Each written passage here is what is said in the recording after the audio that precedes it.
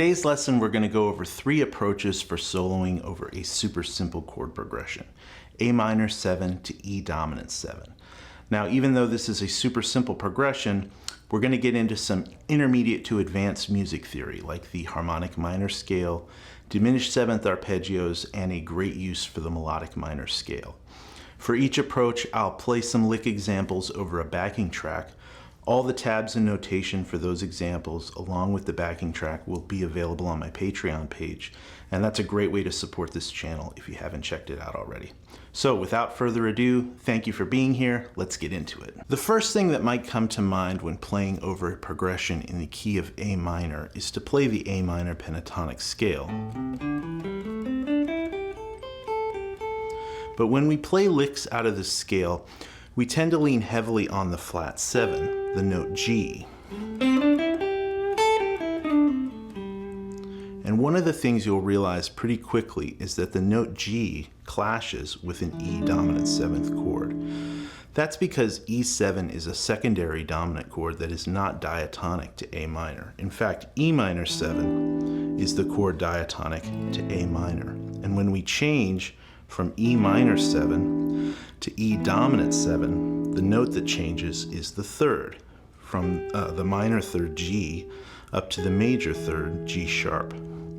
To illustrate this, I'm going to play some licks out of the A minor pentatonic scale over the chords A minor 7 to E minor 7. Then I'll play the exact same thing over A minor 7 to E dominant 7, and you can hear how that note G clashes against the E dominant 7 chord.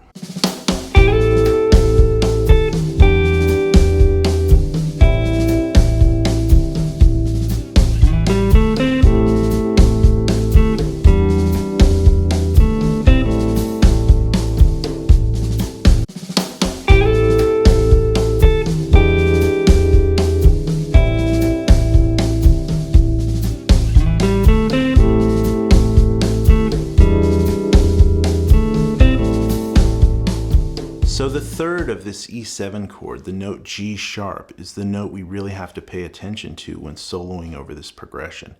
And an easy way to do this is to use the harmonic minor scale. The harmonic minor scale is a minor scale with a major 7th scale degree. So since our normal A minor scale has a G natural as the 7th degree, when we raise that from a flat 7 to a major 7, we get the note G sharp. The scale looks like this: A, B, C, D, E, F, G sharp, then back to A. So now I'm going to play over the backing track from A minor 7 to E dominant 7. And over that E7 chord, I'm going to use this A harmonic minor scale. And you can hear how using the A harmonic minor scale better outlines that E7 chord.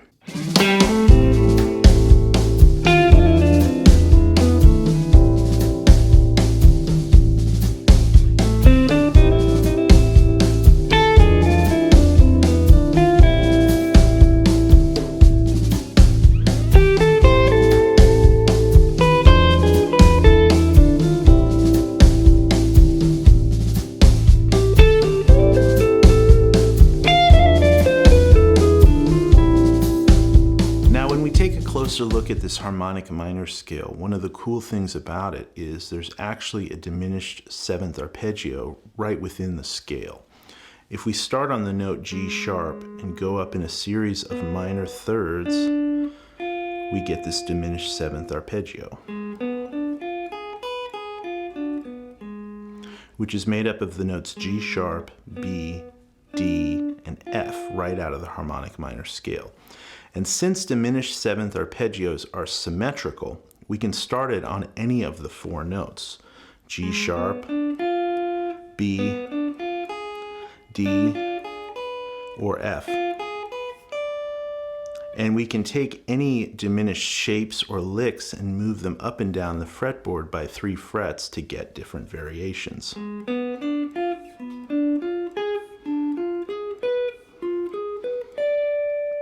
So for these next examples, I'm going to play over the track using this diminished 7th arpeggio over the E7 chord, and move it around the fretboard playing some different variations.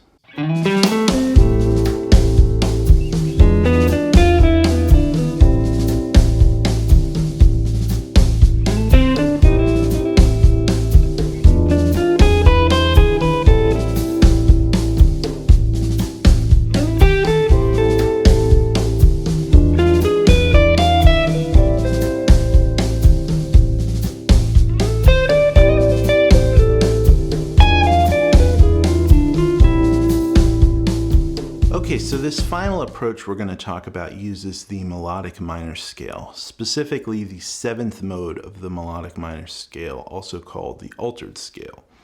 Now this scale works really well over dominant 5 chords, which in the case of E7, it is the 5 chord of A minor. So we can use the E altered scale over E7 to build extra tension and create some more jazz-inspired lines over this progression. The E altered scale goes like this: E, F, G, G sharp, B flat, C, D, and back to E. This is the same as F melodic minor. In these last examples, I'm going to use this E altered scale over the E7 chord, and it's really important to resolve these lines to a chord tone or a note that brings you back to the sound of A minor 7.